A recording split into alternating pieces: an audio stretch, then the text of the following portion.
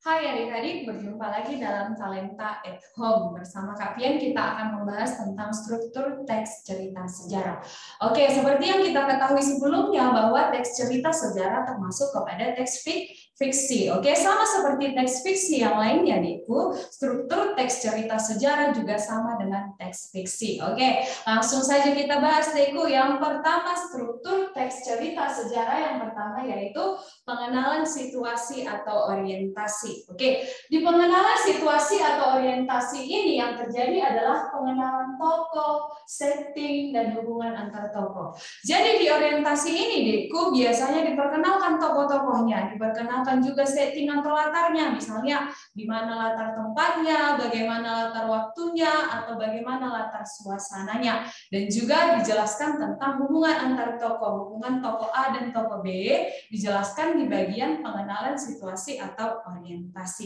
Oke, selanjutnya di struktur teks cerita sejarah yang kedua yaitu pengungkapan peristiwa. Oke, di pengungkapan peristiwa dijelaskan pengenalan masalah atau pertentangan.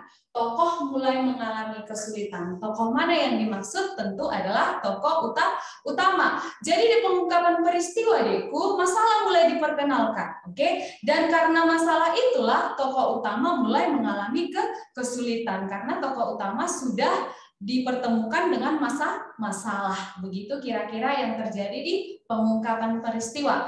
Oke, setelah struktur yang kedua masuk ke struktur yang ketiga yaitu menuju konflik atau sering kita sebut dengan rising action. Oke, apa yang terjadi di menuju konflik yaitu masalah mulai berkembang, kesukaran tokoh semakin meningkat.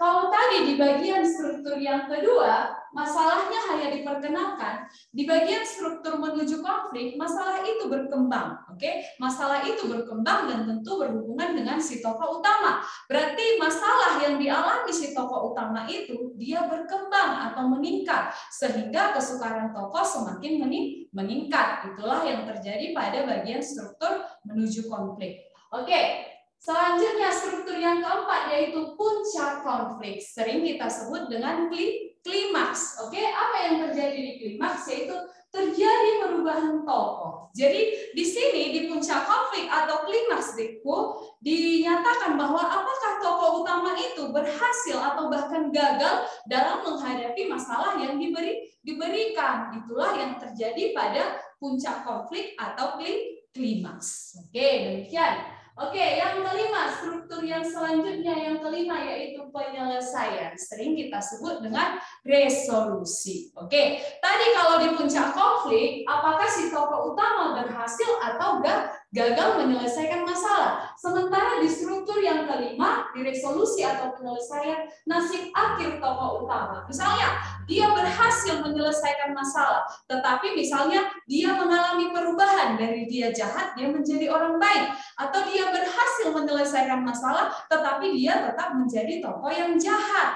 Gitu kira-kira. Dan sebaliknya juga, dia gagal, tetapi dia mengalami perubahan. Dia menjadi tokoh yang baik. Atau misalnya dia gagal, tetapi dia tetap menjadi tokoh yang jahat. Itu kira-kira yang terdapat pada struktur penyelesaian atau resolusi. Oke, struktur yang terakhir Deku yaitu koda. Oke, koda ini merupakan struktur terakhir dari teks cerita sejarah. Berisi apa sih koda? Si koda ini berisi komentar penulis terhadap isi cerita. Oke, Deku, kakak tekankan sekali lagi si koda ini, Deku, biasanya dia bersifat opsional. Oke, opsional.